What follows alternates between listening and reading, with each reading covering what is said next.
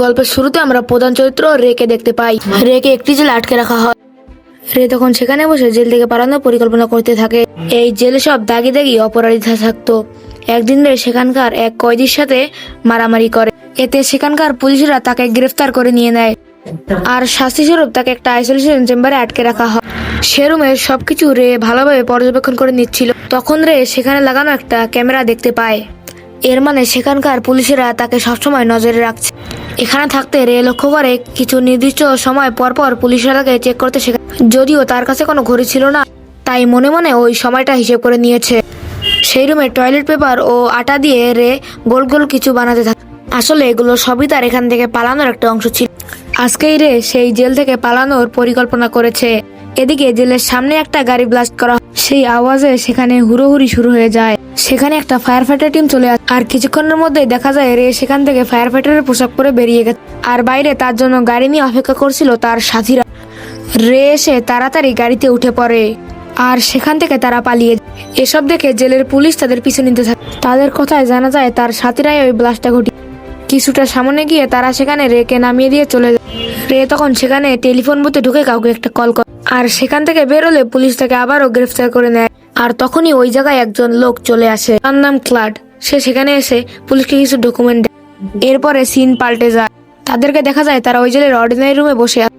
Clad জেলের ফর্ডেনকে বলে, আমরা একটা ইন্ডিপেন্ডেন্ট ইনভেস্টিগেশন কোম্পানি আর আমাদের কাজ হলো সব জেলের ত্রুটি বা ফাঁক খুঁজে বের করা, যাতে কোনো কয়েদি জেল থেকে পালাতে না পারে। আর সে ডিলের কারণে এতদিন রে সেই জেলে ছিল। আর সে আরো বলে যে রে এর আগে 14টা জেল থেকে পালিয়ে এসেছে। এই কথা শুনে ফর্ডেন রেগে আর জিজ্ঞাসা করে, কি করে তুমি সেখান থেকে পালিয়ে যাও? আর রে তার প্ল্যানগুলো বলতে শুরু করে। রে বলে, জেলের গার্ড প্রতিদিন 7 মিনিট ধূমপান করার জন্য বাইরে যেত আর পালানোর জন্য আমার কাছে ওই 7 মিনিটই ছিল। কিন্তু পালানোর জন্য আমার কাছে কিছুই ছিল না। তখন বাথরুমের টয়লেট পেপার দিয়ে আমি কিছু বল বানিয়েছিলাম আর রোজ সকালে খাওয়ার জন্য আমায় একটা দুধের প্যাকেট দিত। আর সেই প্যাকেটের উপরে একটা পলিথিনের স্তর ছিল।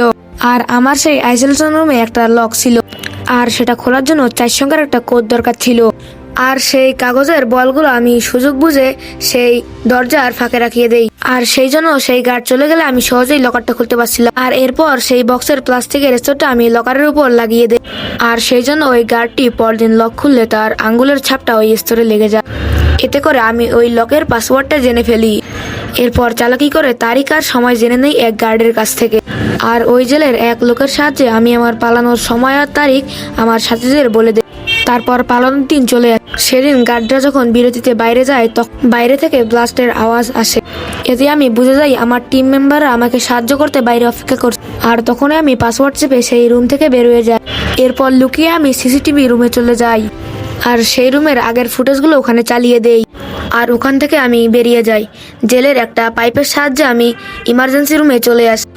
আর সেখানে গিয়ে আমি ফায়ার ফাইটারের পোশাক পরে আমি ওখান থেকে বেরিয়ে যাই আর গিয়ে তাদের গাড়ির নিচে লুকিয়ে পড়ি। আর কিছুক্ষণের মধ্যে গাড়িটা সেই ব্লাস্ট হওয়া জায়গার মধ্যে চলে আসে। সেখানে আমার টিমের লোকেরা গাড়ি নিয়ে আমার জন্য অপেক্ষা করছিল। তখন সুযোগ বুঝে আমি সেই গাড়িতে উঠে পড়ি আর প্ল্যান অনুযায়ী ওরা আমাকে সেই মাঝ রাস্তায় নামিয়ে দিয়ে চলে যায়। আর আমি একটা টেলিফোন বুথে ঢুকে ক্লার্ককে ফোন করি আর তোমরা সেখান থেকে আমাকে গ্রেফতার করে নাও। ফোন পেয়ে ক্লার্কও সেখানে তাড়াতাড়ি চলে যায় আর ডকুমেন্ট দেখিয়ে আমাকে বাঁচিয়ে নেয়। এইসব শুনে ফর্ডেন অনেকটাই অবাক হয়ে যায় আর সে এবার বুঝে যায় জেলের কোথায় কোথায় ফাঁক রয়েছে। পরদিন তার অফিসে জেসিকা নামের এক সিআইডি অফিসার আসে। জেসিকা রেকে একটা কাজের প্রস্তাব দেয়। সে বলে, তোমায় দুনিয়ার সবচেয়ে হাই সিকিউরিটিপূর্ণ জেলে যেতে হবে আর সেখান থেকে আবার পালিয়েও আসতে হবে, কারণ ওই জেলের মধ্যে পৃথিবীর সব ভয়ঙ্কর অপরাধীরা থাকে। তারা যদি সেখান থেকে একবার বেরিয়ে আসে তাহলে দুনিয়ার সকল মানুষের জীবন দুর্বিষহ করে ফেলবে। আর এই কারণে তোমায় ওই জেলে গিয়ে বের করতে হবে ওই জেলে কোনো ফাঁক আছে কিনা। আর এটার জন্য কর্তৃপক্ষ তোমাকেই বেছে নিয়েছে। আর আমরা সবাই জানি তুমি কেবল এই কাজ ভালোভাবে করতে পারবে। আর এই কাজ করতে পারলে আমরা তোমায় দ্বিগুণ পরিমাণে টাকা দিব। কিন্তু আমাদের কিছু শর্ত আছে। সেই জেলের অবস্থান তোমাদের কাউকেই কিছু বলা হবে না, কারণ সেটা একটা গোপন জেল। পাশাপাশি তোমার কোনো টিম মেম্বার তোমাকে সাহায্য করতে পারবে না। এই কথা শুনে সব টিম মেম্বাররা রেকে এই কাজ করতে বারণ করে দেয়। টিম মেম্বাররা বলে, রের অবস্থা না জানলে কি করে হবে? রে যদি ওখানে কোনোভাবে ফেসে যায় তখন সে একা একা কি করবে? এটা আমাদের তদন্তের রুলসের মধ্যেও নেই। তবে ক্লাড রেগে এই কাজ করার জন্য অনুরোধ করতে থাকে আর তখন রে এই কাজ করার জন্য রাজি হয়ে যায়। আসলে রে সবসময় চ্যালেঞ্জ নেওয়ার জন্য তৈরি থাকে। তারপর রেকে একটা নকল পরিচয়পত্র বানিয়ে তারা দেয়। সেখানে রের নাম দেওয়া হয় পোর্স, তার মানে ওই জেলের সবাই তাকে পোর্স বলে চিনবে। আর ওই আইডিতে বিগত 10 বছরে হয়ে যাওয়া হামলার মাস্টারমাইন্ড হিসেবে তোমাকে চিহ্নিত করা হবে। তবে যাওয়ার আগে রের টিম মেম্বাররা তার হাতে একটা জিপিএস ট্র্যাকার করে দেয়, আর এটার সাহায্যে তারা অনেক সহজেই রের অবস্থান সম্পর্কে জানতে পারবে। যদিও সেই সিআইডি অফিসার জেসিকা এসব করতে নিষেধ করেছিল, তবুও রের সুরক্ষার কথা বলে তার টিম মেম্বাররা এসব করে দেয়। এরপর রে রাস্তার পাশে দাঁড়িয়ে অপেক্ষা করতে থাকে। কিছুক্ষণের মধ্যে ওই জায়গায় একটি কালো ভ্যান চলে আসে, আর ভিতর থেকে কিছু কালো মাস্ক পরা লোক রেকে অপহরণ করে। সেই ভ্যানে উঠিয়ে তারা রের সম্পূর্ণ শরীর ডিভাইস দিয়ে চেক করতে থাকে, আর তখনই তারা রের হাতে একটি জিপিএস ট্র্যাকার পেয়ে যায়, আর সেখানেই সেটা নষ্ট করে ফেলে। এতে রের টিমমেটরা অবস্থান আর খুঁজে পায় না, আর একটা ইঞ্জেকশন দিয়ে রেকে অজ্ঞান করে ফেলে। আর রের যখন জ্ঞান ফিরে আসে তখন সে নিজেকে একটা কাচের ঘরের মধ্যে দেখতে পায়। সেটা দেখতে পেয়ে অনেক অবাক হয়ে যায়, তবে চারপাশে তাকালে সে দেখতে পায় এখানে অনেক কাচের দেয়াল রয়েছে, আর সেই ঘরের মধ্যে একজন অপরাধীকে রাখা হয়েছে। এটা দেখে রে বুঝে ফেলে যে এটাই সেই জেল, আর এখানে সবাই সবার উপরে নজর রাখতে পারবে। এবার রে একটু ঘাবড়ে যায়, তাও সে সেখানকার সব জিনিসপত্র মনোযোগ দিয়ে দেখতেছিল। তখন রে দেখতে পারে যে এই রুমে লাগানো সব সিসি ক্যামেরাগুলো মেশিনের মতো ঘুরতে থাকে, আর সবার উপরে নজর রাখছে। আর জেলে থাকা গার্ডরা এই রকমের কালো পোশাক করে, কালো মুখোশ পরে যাতে করে সেখানের কোনো কয়েদি তাদেরকে না চিনতে পারে। চারপাশটা রে ভালোভাবে লক্ষ্য করে, আর সেভাবে বলতে গেলে এই জেল থেকে পালানো অসম্ভব। এই কারণে রে আবারও সেই জেলের ফর্ডেনের সাথে দেখা করতে চায়, কারণ এই জেলের ফর্ডেন তাকে এই জেল থেকে বের করতে পারবে। বোঝার সুবিধার জন্য বলে দেই, রে যেই জেলে যেত সেই জেলের ফর্ডেনের নাম সে তার নেভিগেশন কোডের মাধ্যমে জানতে পারত, কারণ রে যদি কোনো বিপদে পড়ে তখন সে তার কাছে গিয়ে তার আসল পরিচয় এবং নেভিগেশন কোড বলে বাঁচতে পারে, আর জেল থেকেও সে বের হতে পারবে। কিছুক্ষণ পর জেলের ফর্ডেন তার সাথে দেখা করতে আসে। রে তাকে বলে, তুমি অর্ডেন মাস্ক তাই না? এই শুনে সেই ফর্ডেন হেসে বলে, আমার নাম হ্যাপস, আর এখানে মাস্ক নামের কোনো ফর্ডেন নেই। এসব শুনে রে অনেক বেশি অবাক হয়ে যায়। তারপর রে তার এভিয়েশন কোডটা, এরপর হাফস বলে, কি ভেবেছো তুমি এটি এভিয়েশন কোড বললে আমি তোমাকে ছেড়ে দিব? এটা একবারই অসম্ভব। একবার যে এই জেলে আসে সে আর সেখান থেকে বের হতে পারে না, এই জেলের মধ্যেই তাকে পচে মরতে হয়। তাই এখানে খুব শান্তভাবে থাকো, না হয় তোমাদের মতো অপরাধীদের কিভাবে সাজাতে হয় সেটা আমার ভালোভাবেই জানা আছে। এইসব বলে হ্যাপস সেখান থেকে চলে যায়। অন্যদিকে রের টিম মেম্বাররা তার অবস্থান জানার জন্য চালিয়ে যেতে থাকে, তবে কিছুতেই তারা রের অবস্থান সম্পর্কে জানতে পারে না। এদিকে দেখা যায় জেলের মধ্যে হঠাৎ একটা চিৎকার বেজে ওঠে, কারণ এখন সব কয়েদিদের বিশ্রামের সময় দেওয়া হয়েছে। এখন সবার জেলের গেট খুলে দেওয়া হয়, আর সবাই একটা জায়গায় জড়ো হতে থাকে। রেও সবার সাথে সেখানে আসে, আর চারপাশের সব জিনিস ভালোভাবে দেখতে থাকে। তখনই জেলের সব গার্ডরা সেখানকার এক কয়েদিকে ধরে অনেক মারধর করতে থাকে, কারণ সে জেলের নিয়ম ভেঙেছে। মারতে মারতে ওর মুখ থেকে রক্ত বের করে ফেলে, আর ওখানেই সেই কয়েদিটা অজ্ঞান হয়ে যায়। এসব কিছু দেখে রে অবাক হয়ে যায়। এখানে কিছু কয়েদি এসে রেকে উল্টাপাল্টা সব বলতে থাকে। তারপর রে সেখানকার একজন কয়েদিকে ধরে অনেক মারধর করে। এসব কিছু দূর থেকে এক কয়েদি দেখতেছিল, তার নাম এমিল। এরপর সে রের কাছে আসে এবং নিজের পরিচয় বলে, আর বলে, আমি তোমাকে আগে কোথায় যেন দেখেছি, কিন্তু কিছুতেই মনে পড়তে পারছি না। আর সে আরো বলে, আমি ভিক্টর নামের একজনের সাথে কাজ করতাম। যদিও সে বড় লোকের কাছ থেকে টাকা নিত, কিন্তু সে টাকাগুলো গরিবদের মাঝে বিলিয়ে দিত। ভিক্টর কোথায় আছে এটা শুধু আমিই জানতাম, এই জন্য ভিক্টরের সব শত্রুরা আমাকে এই জেলে পাঠিয়েছে। তারা চায় আমি এখানকার অত্যাচারের ভয়ে ভিক্টরের সব তথ্য ফাঁস করে দেই। তবে আমিও ঠিক করে নিয়েছি, আমি মরে গেলেও ভিক্টরের অবস্থান সম্পর্কে কাউকেও বলবো না। এমিল কেন এসব কথা রেখে বলল তা সে কিছুতেই বুঝতে পারল না। এজন্য রে এমিলকে অপেক্ষা করে সেখান থেকে চলে যায়। এমনি করে দিন কাটতে শুরু করে। রে ওখানকার সবকিছু মনোযোগ দিয়ে দেখতো, কারণ সে বুঝে গেছে এখান থেকে বের হতে হলে তাকে নিজেকেই সব পথ বের করতে হবে। এজন্য সে প্ল্যান করতে থাকে। এদিকে এমিল সবসময় রের উপর নজর দিত, কারণ সে বুঝে গেছে যদি কেউ এখান থেকে তাকে বের করতে পারে সে হলো একমাত্র রে। এজন্য বিশ্রামের সময় এমিল রের সাথে কথা বলার চেষ্টা করত, আর আস্তে আস্তে তাদের মধ্যে বন্ধুত্ব হয়ে যায়। এমিল তাকে আরো কিছু সত্য জানায়। সে বলে এটা একটা প্রাইভেট জেল, তাই এখানে যে কেউ টাকা দিয়ে তার শত্রুকে পাঠাতে পারে। এমনকি এই জেলের প্রায় 80% লোকই নির্দোষ, তবে তাদেরকে নানান কাণ্ডে ফাঁসিয়ে টাকা দিয়ে জেলে পাঠানো হয়েছে। এসব কোনো শুনে রে একটু বেশি চিন্তায় পড়ে যায়। এরপর একদিন বিশ্রামের সময় এমিল রেকে বলে, এখান থেকে পালাতে আমি তোমাকে সাহায্য করতে পারি। এমিল বলে, বলো কি করতে পারি। এসব শুনে রে বলে, আমায় এখন আমার রুমে যেতে হবে। এটা বলার সাথে সাথে এমিল রেকে হামলা করে দেয়। তৎক্ষণাৎ রেও এমিলকে একটা ঘুষি। এরই মধ্যে এমিল রেকে কিছু একটা ইশারা করে। তখনই সেখানে জেলের গার্ডরা চলে আসে আর তাদের দুজনকে নিয়ে আইসোলেশন চেম্বারে রেখে দেয়। এসব দেখে রে বুঝতে পারে যে এমিল তাকে আইসোলেশন চেম্বারে পাঠানোর জন্যই মারামারি করেছে। সে চেম্বারে এসে রে দেখতে পায় এটা আসলে অনেক ভয়ঙ্কর রূপ। এখানে দেয়ালে কিছু হ্যালোজেন আলো লাগানো আছে। কিছুক্ষণের মধ্যে সেই আলোগুলো জ্বালিয়ে দেওয়া হয়। এতে ওই রুমের তাপমাত্রা অনেক বেড়ে যায়। এতে তারা দুইজন অনেক কষ্টে ছটফট করতে থাকে, কিন্তু তখনও রে তার চেষ্টা চালিয়ে যেতে থাকে। সে লক্ষ্য করে ওই রুমের মেঝেতে একটা পাতলা প্লেট, ওই প্লেটটা স্ক্রু দিয়ে লাগানো হয়েছে। এটা দেখে রে ভাবে একবার যদি এই স্ক্রুগুলো খোলা যায় তবে সে সেখান থেকে বেরোতে পারবে। তখনই সেখানে হ্যাপ চলে আসে আর সেই আইসোলেশন চেম্বার খুলে দেয়। এদিকে রের অবস্থা খারাপ হয়ে গেছে, তার জন্য সেখানে একজন ডাক্তার চলে আসে আর তার চেক আপ করতে থাকে। রে যখন সেই ডাক্তারের কাছে সাহায্য চায়, কিন্তু ডাক্তার তার কথায় রাজি হয় না। তারপরের দিন সে এমিলকে তার সাহায্য করতে বলে। সে এমিলকে বলে, আমার চওড়া 3 ফুটের একটা ধাতব নল লাগবে, সেটা এনে দিতে পারলে আমি তোমাকে এই জেল থেকে পালানোতে সাহায্য করতে পারবো। এতে সে রাজি হয়ে যায়। তারপর একজন গার্ডের কাছ থেকে অনুমতি নিয়ে সে ফর্ডেন হ্যাপসের কাছে যায়। এমিলকে এই জেলে পাঠানোর পুরো কাহিনীটা হ্যাপ জানে, তাই সে হ্যাপসের কাছে ভিক্টরের সম্পর্কে জানতে চায়। কিন্তু এমিল সেই কথার কোনো উত্তর দেয় না, সে উল্টাপাল্টা সব বলতে থাকে। এসব কিছু শুনে হ্যাপস রেগে গিয়ে এমিলকে শাস্তি দেওয়ার অর্ডার দেয়। এতে সেখানকার গার্ডেরা এমিলকে মাটিতে ফেলে তার মুখে একটা পানির পাম্পতে এমিলের পেটের মধ্যে অনেক জল ঢুকে পড়েছিল। এতে কষ্টে এমিল ছটপট করতে থাকে। আস্তে আস্তে এমিলের শ্বাস বন্ধ হয়ে যেতে দেখে হ্যাপস তাদেরকে ছেড়ে দিতে বলে। আর এসব ঘটনার মধ্যে এমিল সেখান থেকে একটা ধাতব টুকরো চুরি করে নেয়। তার মানে এমিল এই ধাতব টুকরোটার জন্য হ্যাপসের কাছে এসেছিল। সেখান থেকে বাইরে বের হওয়ার পর সে রেকে ওই ধাতবটা দিয়ে দেয়। এমিল তখন রেকে জিজ্ঞাসা করে এটি দিয়ে কি করবে। উত্তরে রে বলে, আমার কাজ হলো নকল আইডি বানিয়ে জেলের মধ্যে প্রবেশ করা আর সেই জেলের মধ্যে থাকা ত্রুটিগুলো খুঁজে বের করা আর শেষে গিয়ে সেই জেল থেকে পালানো। এতে করে যেন পরবর্তীতে কোনো কয়েদি সেখান থেকে পালাতে না পারে। তাই জেলের কর্মকর্তারা আমাকে সেই কাজ, আমি যদি এই কাজে সফল হতাম আমাকে এই জেল কোম্পানি অনেক টাকা দিত।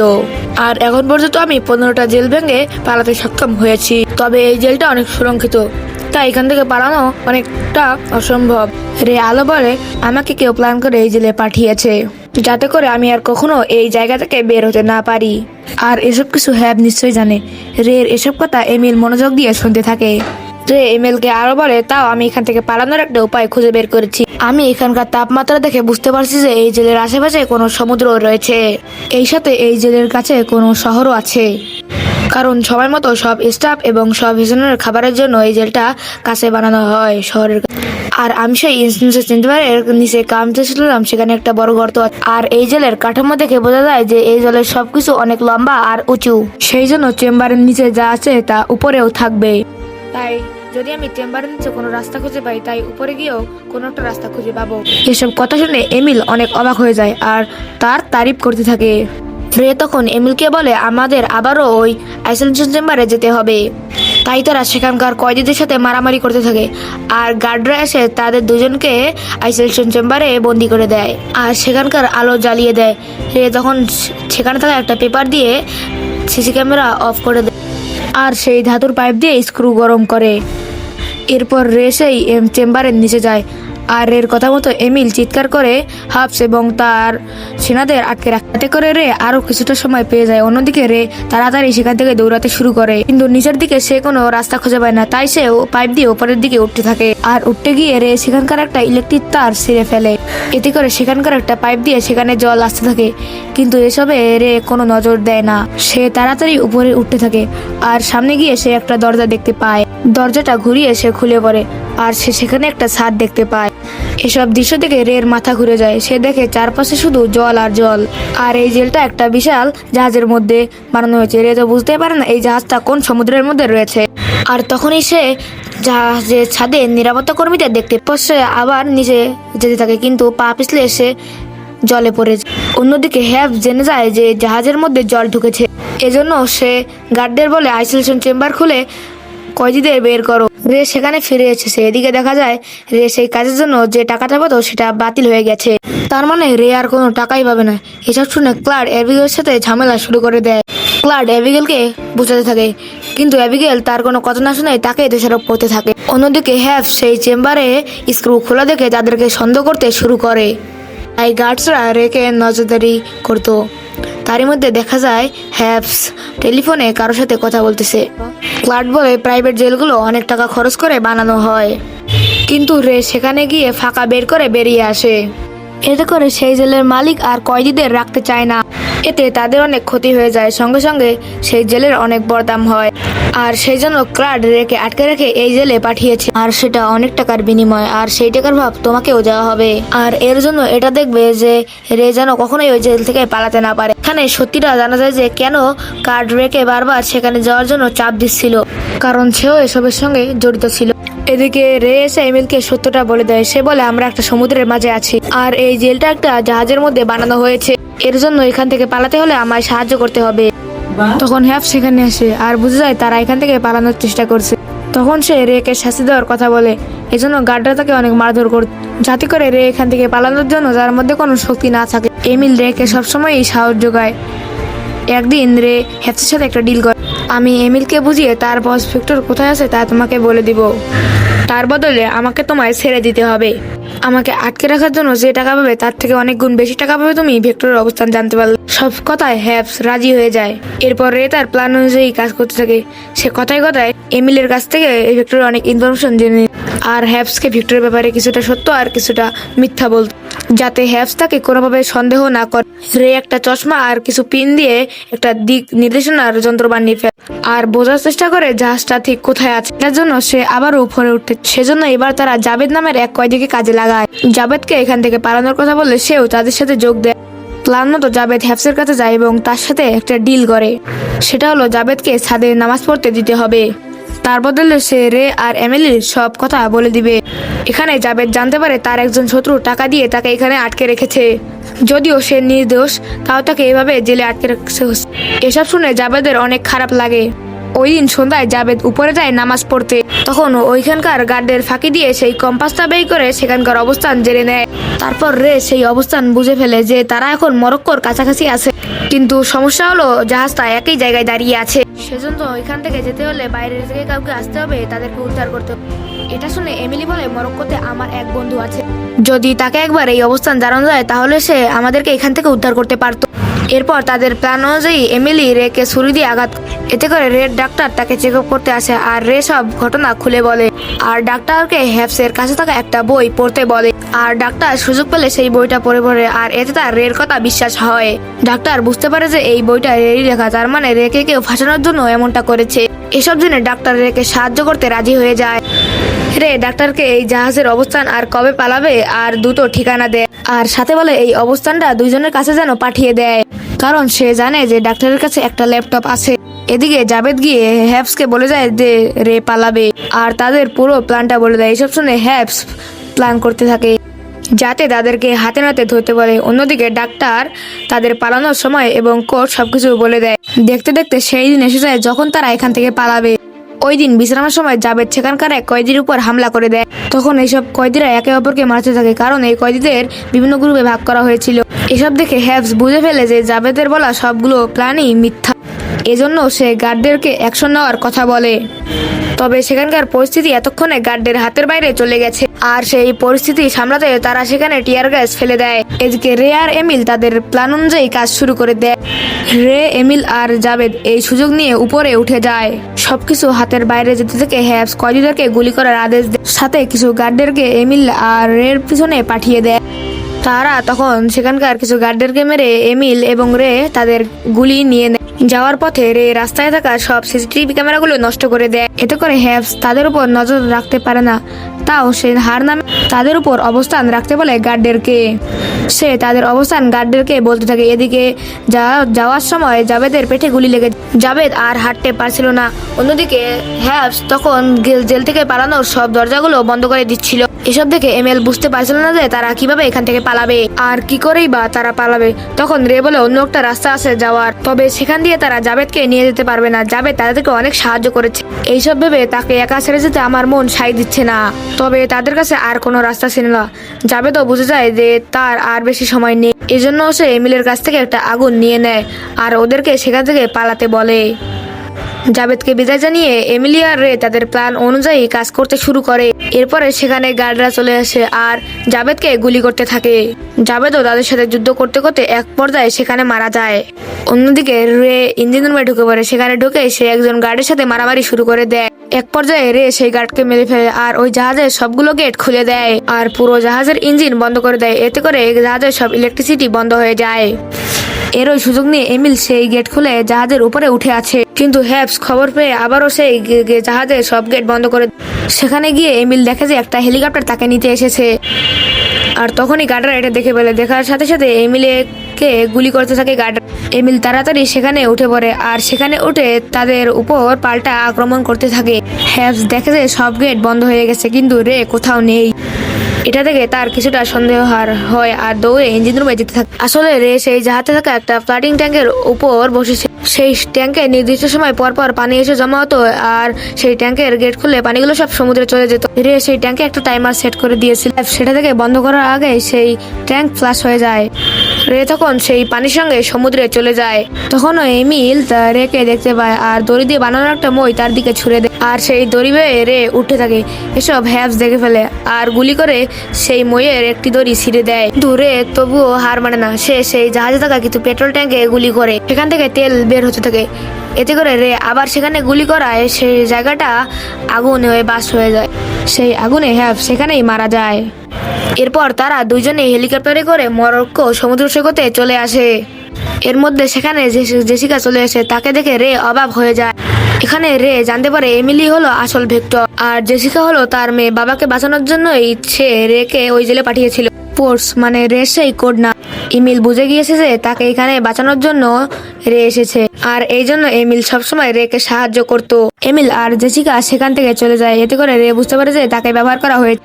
যেহেতু রে জেল থেকে পালাতো তাই এটা তার নেশা হয়ে গেছে। এরপরে রে আবার তার অফিসে ফিরে আসে। সেখানে তার এবিগেলের সাথে দেখা হয়ে যায়। রে তখন এবিগেলকে সব ঘটনা খুলে বলে, তোমায় যখন পাওয়া যাচ্ছিল না তখন আমি গোপনে একটা তদন্ত করেছিলাম আর সেখান থেকে জানতে পেরে চাই ক্লাড হ্যাপসের সাথে একটা ডিল করে তোমাকে ওই জেলে পাঠিয়েছিল আর তার জন্য ক্লাড ওই জেলে সিইও হয়ে গেছে আর সেখান থেকে তাকে প্রতি মাসে 5 মিলিয়ন করে টাকা দিত। সেই জেলের জন্য কোনো বদনাম না করে সেই জন্য সে তোমাকে প্ল্যান করে ওই জায়গায় পাঠিয়েছিল যাতে সেখানে তোমাকে সারা জীবন আটকে রাখতে পারে। এদিকে হেলিকপ্টারে থাকা নিরাপত্তা বাহিনী ওই জেলের কথা সিভি এজেন্টদেরকে জানিয়ে দেয়। এজন্য সরকার ওই জেলটাকে পুরোপুরি বন্ধ করে দেয়। এসব জানতে পেরে ক্লাড পুলিশের হাত থেকে পালাতে শুরু করে। একদিন ক্লাডকে দেখা যায় একটা হোটেল থেকে বের হয়ে তার গাড়িতে এসে বসে আর তখনই ওখানে লুকিয়ে থাকা আগে থেকে হ্যারাস তাকে গুলফাম দিয়ে অজ্ঞান করে ফেলে। জ্ঞান ফিরলে সে নিজেকে বন্দি অবস্থায় গাড়িতেই দেখতে পায়, কিন্তু অনেক চেষ্টা করেও সে গাড়ির দরজা খুলতে পারে না আর বোঝা যায় রে তাকে তার প্রাপ্য শাস্তি দিয়েছে।